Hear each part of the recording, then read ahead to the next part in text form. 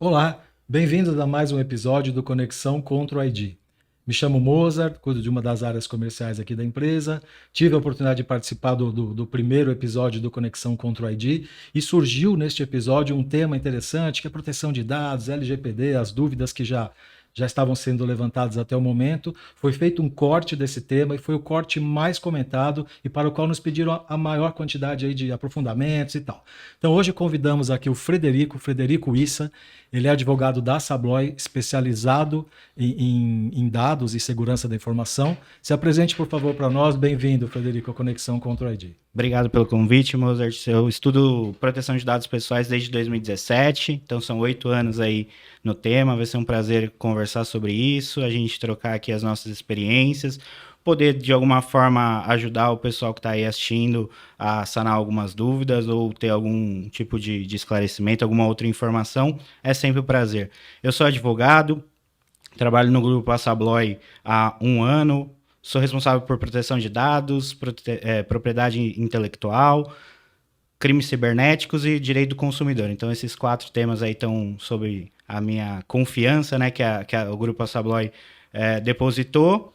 A Contra-ID é uma empresa do nosso grupo, então é muito, muito rico poder trocar aqui para a gente conversar e falar sobre esse tema que é minha paixão de estudos. Que legal. Poxa, várias áreas, hein? Eu imaginei até menos áreas, assim, muito interessante. Realmente é um tema que nunca está pronto, que nunca termina, exige um conhecimento permanente, né? Muito bom. As áreas acabou por conexão, né? Você pega, por exemplo, a proteção de dados, a gente tem um direito do consumidor muito forte ali, porque geralmente é voltado ao titular, ali ao dono daquela informação, que é o consumidor final. A parte dos crimes cibernéticos também acontece os vazamentos, a tentativa de golpe, então ele vai por conexão. E propriedade intelectual também é uma parte do direito digital, que quando a gente começa a estudar lá, vem em conexão à proteção de dados, por isso que os 4 temas ali tem alguma intersecção entre eles. Perfeito, muito bom, muito claro. Então, já que você comentou um pouco sobre a Sabloy, o tempo que você está lá e tal, eu acho interessante já começar a entrar no tema e falar um pouco sobre o que representa dentro da Sabloy a política de segurança de dados, segurança da informação, tanto a nível Brasil, dentro das coligadas aqui, quanto internacionalmente. É uma empresa centenária e tudo, né? Perfeito. Bom, a nossa legislação brasileira ela é muito inspirada na legislação europeia, né? A nossa legislação foi promulgada em agosto de 2018, enquanto a lei europeia entrou em vigência em maio de 2018. Então, é um caminho ali muito próximo, os conceitos são muito próximos, a gente importou basicamente todo o conteúdo da lei, trouxe ali algumas especificidades brasileiras. Então, e o tema de proteção de dados na União Europeia, ele não é novo, assim, como é culturalmente no Brasil. A gente tem uma diretiva da União Europeia desde 95, e aí vem a legislação a partir de 2018. Então, é um grupo que já está muito consolidado com essas práticas, já tem no seu DNA praticamente, né? Para quem não conhece o grupo Sabloy, vem de origem sueca, ali, então também faz parte do bloco de União Europeia, mais a Suécia ali, para esses temas de proteção de dados. Os nossos documentos, as nossas políticas, elas são muito robustas justamente por essa experiência. A gente vem trazendo as nossas especificidades aqui do Brasil, mas já tem um trabalho muito trilhado, né? Eu comecei trabalhando como DPO em 2019, a gente ainda não tinha nem a vigência da lei aqui no Brasil em outra experiência profissional, e era, assim, descobrindo na prática, era sentando junto aos desenvolvedores, entendendo o que cada tabela continha de dados. Exatamente, a gente ainda não tinha as definições na época, a autoridade, hoje a Agência Nacional de Proteção de Dados, então, assim, era um caminho ainda pouco trilhado. Quando eu chego ao grupo Sabloy, eu vejo que a gente já tem um caminho pavimentado, uma estrada ali muito bem construída para poder manter ali o programa de adequação, porque ele é uma atualização contínua.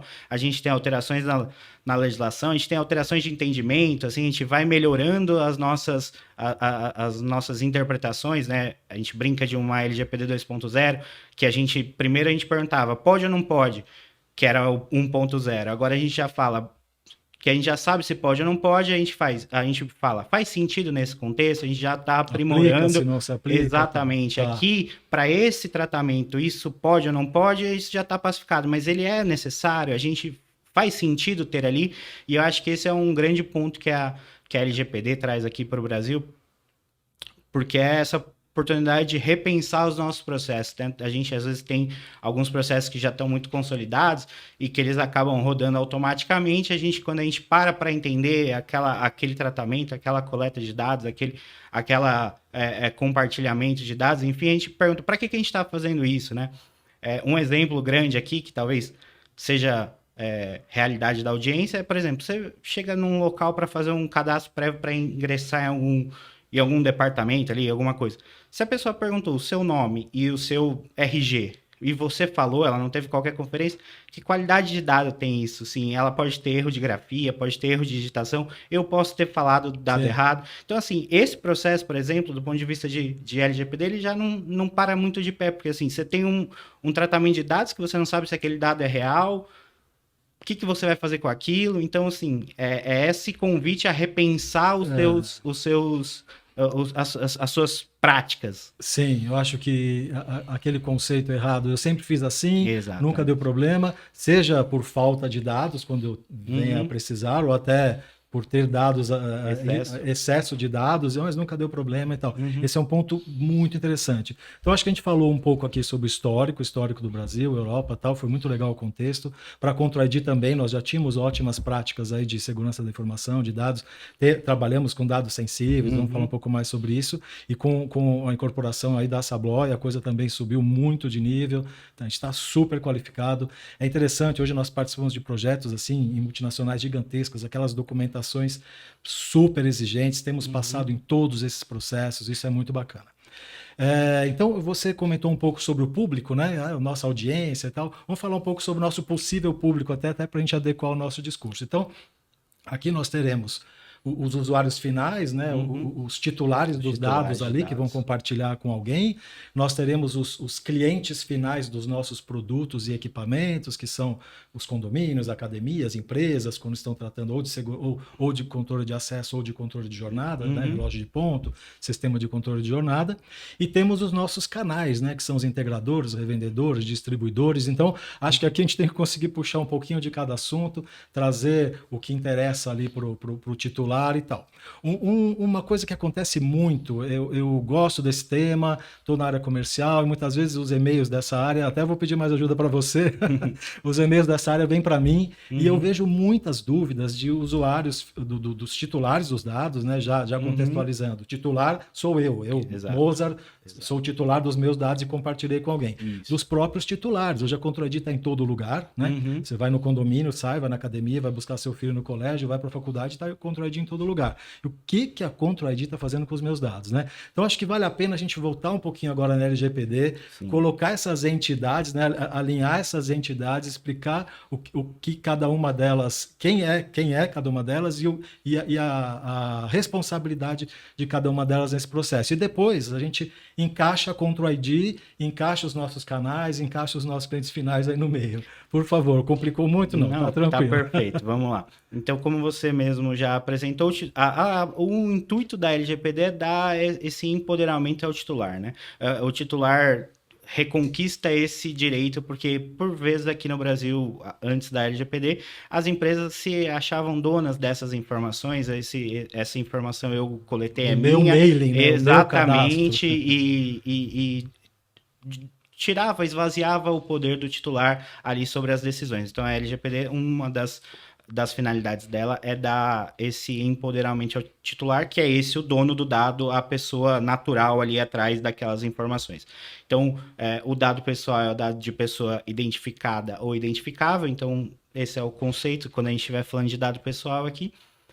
E aí a gente tem o controlador, que são esses usuários finais que você disse, as academias, as empresas que contratam por controle de ponto, o condomínio, enfim, todas essas empresas que são as detentoras daquele sistema ali para que tenha o controle de acesso, para que tenha o controle de jornada, enfim. Essa é a controladora e é ela quem decide o tratamento que vai ser feito, as regras do tratamento, quem ela vai subcontratar, né, que são os operadores, quem ela vai colocar para fazer isso, onde ela vai salvar esses dados, quais dados ela vai pedir, a que hipótese legal ela vai atribuir, como ela vai responder os titulares, se tiver um incidente, tudo isso é a responsabilidade do agente controlador. Então, ele fica ali com toda essa bagagem. Enquanto o operador, ele cumpre as ordens do controlador, ele é um executor de ações. Então, por exemplo, num contexto muito simples aqui, se a gente estiver falando de uma coleta que é feita e armazenada num servidor, o servidor é o operador porque ele está ali sendo abastecido pelas informações daquele controlador e enquanto o controlador decide quais informações ele coloca, por quanto tempo aquelas informações vão ficar ali, quais são os mecanismos de segurança que aquele servidor vai ficar protegido, enfim, esse seria um contexto. Eu acho legal até vamos dar um exemplo prático, né? Um condomínio residencial. Então, ok, o morador e seus filhos, seus visitantes são os titulares, né? O controlador é o condomínio em si, né? Aí, o administrador do condomínio, ou é o condomínio em si. O condomínio. Mesmo sendo um ente despersonalizado, assim, do ponto de vista jurídico, ele tem uma particularidade, mas a NPD já esclareceu isso lá na resolução 2 de agentes de pequeno porte. Então, ela já colocou o condomínio lá, porque tinha essa dúvida porque na LGPD ele fala sobre pessoa física natural e pessoa jurídica. Pessoa natural e pessoa jurídica. E aí ficava, e os entes despersonalizados, que são os condomínios? Então, ela voltou lá na resolução número 2 e trouxe, então, o condomínio é o controlador. Perfeito, que tem um síndico ali, alguém que exatamente, que responde por esse. Que responde por isso. Então, ele é o controlador. Então, ele vai definir quais dados eu vou cadastrar, em que sistema eu vou registrar isso, por que eu preciso de cada um desses dados e como eu vou guardar e tal. Aí, no meio do caminho, vamos colocar a Control ID nesse condomínio. Tem lá o nosso dispositivo de reconhecimento facial na portaria e ele utiliza o ID Secure, que é o nosso sistema de controle de acesso. Perfeito. Nós somos os operadores dos dados, certo? Sim, certo. O condomínio o titular, contratou. O condomínio nos contratou, ou a um canal nosso, Perfeito. E efetivamente nós vamos apenas prover a solução, prover a ferramenta de gestão para o controlador. Exatamente, Perfeito. É isso. O condomínio decide quais regras a gente tem que obedecer dentro ali do que a gente pode ofertar, obviamente, né? Mas ele que decide quais são as regras e como vai ser o acesso, enfim, toda essa interação com o titular, inclusive, é de responsabilidade do controlador. Perfeito. Tem um ponto que eu queria trazer para você, que eu acho que chama minimização de dados. Né? Então, acho que isso tem que estar na mente do controlador e até de todos os nossos clientes, todo mundo que estiver nos ouvindo. Eu preciso dessa informação? Então, por exemplo, a pessoa vai marcar o ponto no equipamento. Você precisa do nome do pai, da mãe, da filiação, da data de nascimento, no cadastro do sistema de ponto. Tem tudo lá. A gente tem que ter, porque muitas vezes nos pedem. Por X motivos, mas isso lá no sistema de folha tem. Será que no sistema de ponto precisa? Precisa de alguns. E no equipamento precisa? Sim ou não? Né? Então, acho que essa percepção, esse planejamento, esse cuidado na gestão dos dados é algo que vale a pena a gente ressaltar. Né? Perfeito, assim, você trouxe um ponto... Desculpa, até mesma coisa no controle de acesso. Imagina você chega numa portaria, tem um funcionário ali que vai fazer o seu cadastro. Qual o seu nome, qual o seu endereço, qual o seu data de nascimento. Cara, eu estou construindo o que aqui? Eu quero que ele entre ou não é isso. Exato. Né? O que vai aparecer ali quando aparece a face dele pode ser só o primeiro nome, né? Pode ter uma matrícula e um nome, enfim. É um ponto interessante a ser considerado. Exato. E isso faz parte do programa de adequação. Quando o controlador vai fazer esse tratamento, ele tem que ter essas observâncias, assim. E aí você trouxe a minimização dos dados, né? São os primeiros princípios ali da LGPD, artigo 6º, inciso 1, 2 e 3, finalidade, necessidade e adequação. E aí, finalidade, necessidade e adequação. Os dados precisam ser para uma finalidade específica, utilizando os meios adequados para o seu tratamento. Então, assim, eu trabalho há bastante tempo e eu vim de uma área de saúde, em que a gente acabava coletando muitos dados...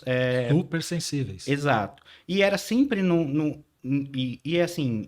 o que a gente tem aqui falando é de uma outra cultura. Essa cultura de proteção de dados, de utilização mínima dos dados, ela é uma discussão que a gente tem a partir da LGPD. A gente não tinha antes, a gente não tinha nenhum marco regulatório. Você pode olhar para o código de ética médica, ele tinha pouca coisa sobre sigilo médico, assim, a gente tem a questão da própria lei que já trazia uma questão do médico, mas só para o médico, enfim, a gente não tinha muito bem essas diretrizes balizadas.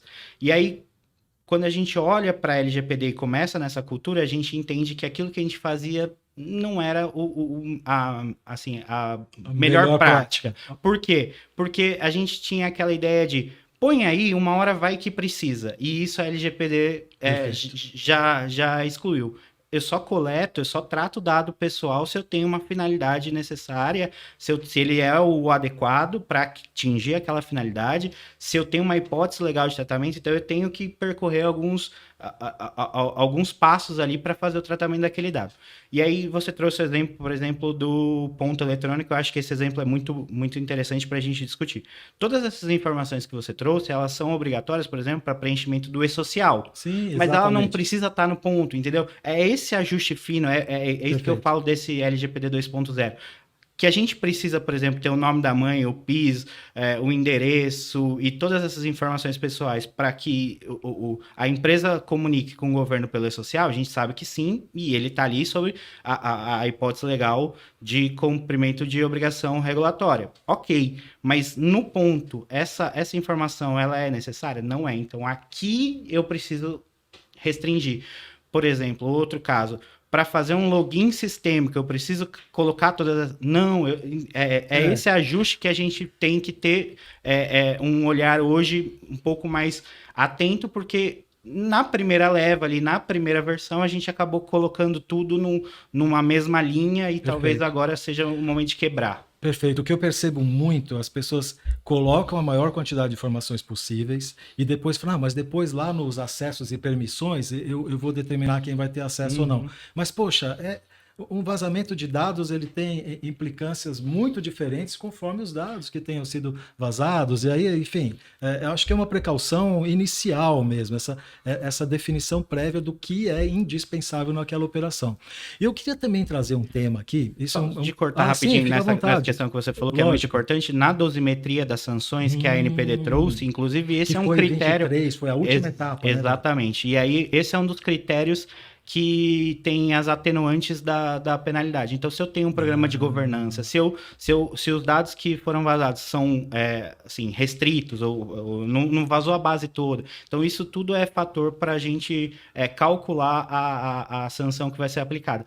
Então, também, eu não sou do terror ali da questão de multa, do valor de multa, mas também pensando num programa assim de equiparação, caso tenha ali um vazamento, um incidente de segurança, essa questão de segregar as bases, segregar os acessos é uma atenuante para você perante a NPD. Perfeito. Então vamos voltar agora e pensar com a cabeça de cada entidade, né? Então eu sou o titular dos dados. Que preocupação um titular dos dados tem que ter, deve ter, e quais ele não precisa ter, ou até acha que tem alguns direitos e acaba não tendo, assim, de ceder ou não, se ele é obrigado ou não. Vamos falar rapidamente sobre isso, assim, só para contextualizar um pouco. Certo. Então, especificamente no controle de acesso, no controle de jornada. Ele precisa entender a finalidade daquele tratamento que ele está fornecendo os dados dele, e aí isso vai muito do controlador disponibilizar, por exemplo, um aviso de privacidade para dizer quais dados estão sendo coletados, que finalidade, onde ele vai ser guardado, qual é o prazo de retenção, ciclo de vida daquele dado. É o titular fazer uma avaliação mesmo do que ele está fornecendo, para que aquilo vai ser utilizado. Então é sempre esse olhar assim, mais criterioso. A gente às vezes tem uma certa...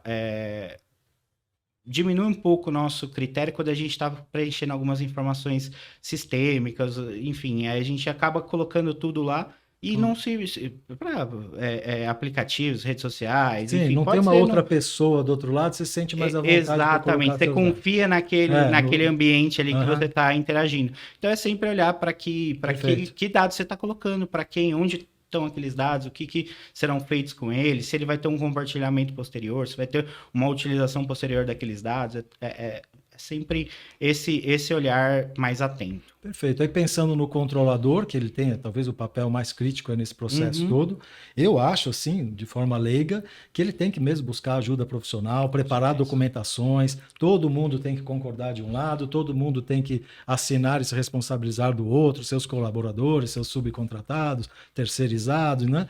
Então esse é um ponto, assim, a gente não está aqui para e detalhar tanto isso, mas busquem informação, procurem um advogado especializado no tema, não é isso? Exatamente. Muito bom. O controlador, ele tem toda essa responsabilidade e, mais do que a responsabilidade, ele precisa da transparência desse tratamento. Então, ele precisa estar com o site atualizado, ele precisa, por exemplo, lá na portaria, ter um aviso de privacidade impresso ou um QR Code que a pessoa possa acessar na hora para tomar a decisão, porque de repente, se ela não souber, como que ela vai entregar os dados dela ali ou não para fazer aquele acesso? A ANPD tem um rico material de assim, esclarecimento, sabe? Talvez de boas práticas. Boas práticas para agentes de pequeno porte. Às vezes o condomínio ele é um ente ali que ele não está num grande conglomerado, e aí ele pode buscar essas informações da ANPD, ele busca um profissional, busca em empresas que tenham seriedade, laço no mercado, como a Control ID, como as empresas do Grupo Assabloy. Perfeito. Então, chegamos agora no controlador e no operador. Então, a Control ID, na maioria dos casos, ela se enquadra como operador, eu posso falar um pouquinho, né? Nós colocamos, em alguns casos, não somos nada, a gente só está colocando o hardware. A pessoa comprou nosso hardware no mercado, colocou lá, instalou, e aí ela vai cuidar de fazer os cadastros. Os nossos hardwares são integrados com milhares de softwares. A nossa API, documentação do hardware é aberta, então milhares de softwares fazem a integração, a gente nem sabe o que está acontecendo com o nosso equipamento. Nesse caso, sou nem operador, sou um fornecedor de hardware. Aí, em alguns casos, onde o nosso sistema está se comunicando, o nosso hardware está se comunicando com o nosso sistema, seja o ID Secure, que é acesso, ou o RHID, que é o ponto, nós somos, então, os operadores dos dados. Disponibilizamos a plataforma para que seja feita toda a gestão, fazemos a melhor guarda possível desses dados, temos toda a documentação do hardware, do software e da aceitação eu tenho que pensar toda vez, do titular, da aceitação do titular ali para fazer esse compartilhamento. Então, a gente está super seguro, acho que o mercado pode ficar seguro com o que a gente está fazendo quando nós somos os operadores. E aí tem quer completar alguma coisa sobre o operador? É isso, sim. A Control ID, quando na posição de operador, ela vai sempre cumprir com as instruções do controlador, enfim. E o ponto interessante é que todo esse processo que você narrou, que a gente tem ali de segurança da informação, ele depende sempre dos 3 pilares: pessoas, processos e tecnologia. Sim. Então não adianta que todo esse trabalho que nós fazemos aqui internamente, e aí o controlador, por exemplo, divide a senha de controle para acessar o sistema com outra pessoa, deixa um post-it com a senha ali, ou tem práticas não seguras, e aí acaba sendo um vetor de vulnerabilidade para ele mesmo. Então, o trabalho sempre é muito conjunto, é sempre muito de esclarecimento, treinamento, conscientização, boas práticas, fornecedores homologados. É um trabalho que não acaba, não existe um dia que a gente vai chegar e falar, ok, tá pronto e entregue. É uma preocupação constante. Diária, exato. Acho que até a gente acaba falando muito de condomínio, né? Mas até uma analogia simples, assim, a segurança que você tem, a preocupação que um condomínio tem com a segurança externa, né? Com câmeras e CFTV e cercas, mesma preocupação com os dados, é um assunto tão importante quanto. E aí você comentou aí sobre as boas práticas e tal, e eu queria também conversar um pouco, só soltar um ponto assim para os nossos canais, que são os nossos revendedores, integradores, distribuidores, que acabam ali na implantação do processo, seja do hardware ou do software, manipulando os dados desse cliente, né?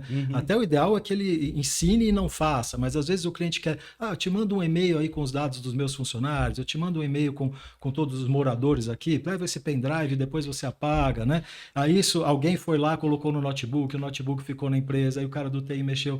Puxa, acho muito válido que essas empresas, os nossos canais também se preocupem com isso, treinem o seu pessoal, orientem quanto às melhores práticas. Criem documentações, né? Quando você assina alguma coisa, né? Lê, assina alguma coisa, né? Crie documentação para os seus colaboradores, crie documentação nos seus projetos, né? Terminou a implantação, olha, aconteceu isso aqui, tá? Estou me isentando, não sei, estou pensando aqui, se puder também falar um pouco sobre isso, complementar, eu acho que é um tema importante, é um dos nossos públicos aqui.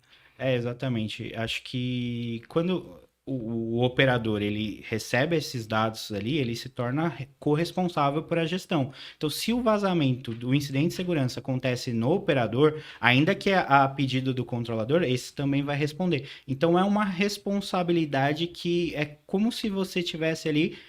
A ideia principal dos dados pessoais é como se você estivesse recebendo, como o banco recebe o dinheiro de alguém para guardar aquilo da melhor forma. Quando ele precisar usar, ele vai lá, te aciona e você entrega, enfim, é o mesmo conceito, assim, os dados pessoais têm o mesmo valor que o valor financeiro.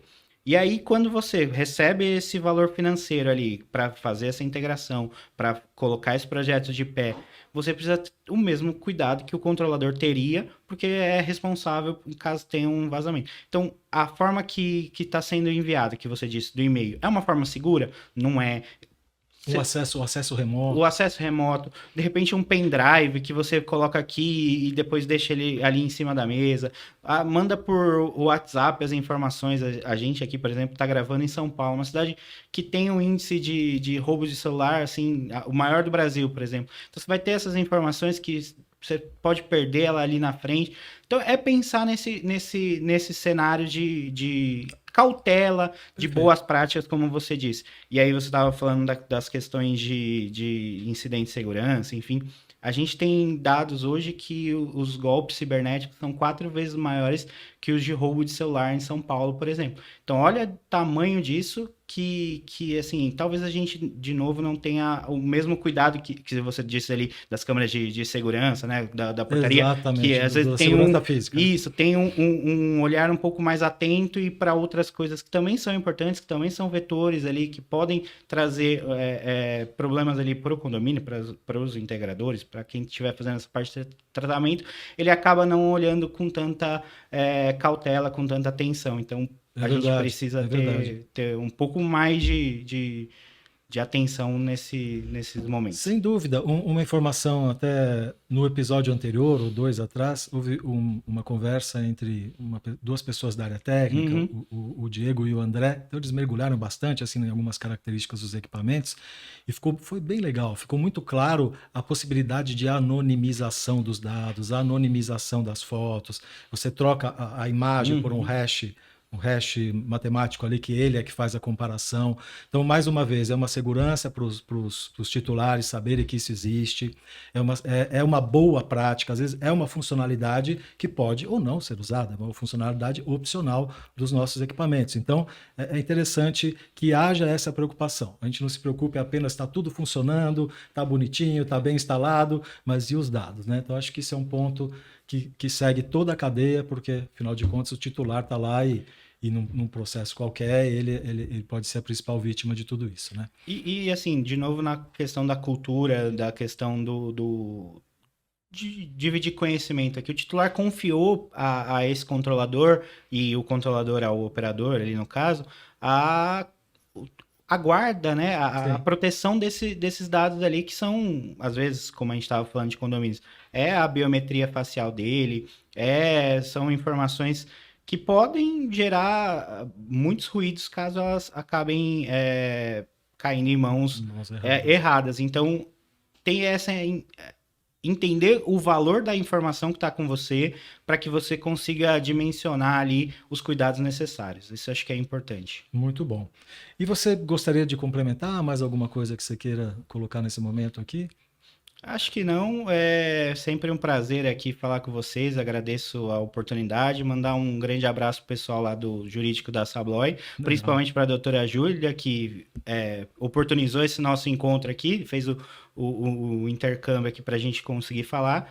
E fico à disposição sempre, tiverem alguma dúvida, alguma questão, eu tô aqui à disposição para a gente conversar e tentar esclarecer as dúvidas do pessoal. Muito bom, acho que foi produtivo, a gente procurou passar mais por cima, sem polemizar muito, sem mergulhar muito, não é a ideia, mas quem sabe, né, no futuro a gente possa voltar aí também, mergulhar mais em algum tema específico e tal. Muito obrigado você pela sua presença, pela ajuda aqui, espero que o pessoal goste e até o próximo Conexão Contra o ID. Obrigado a todos, fiquem bem.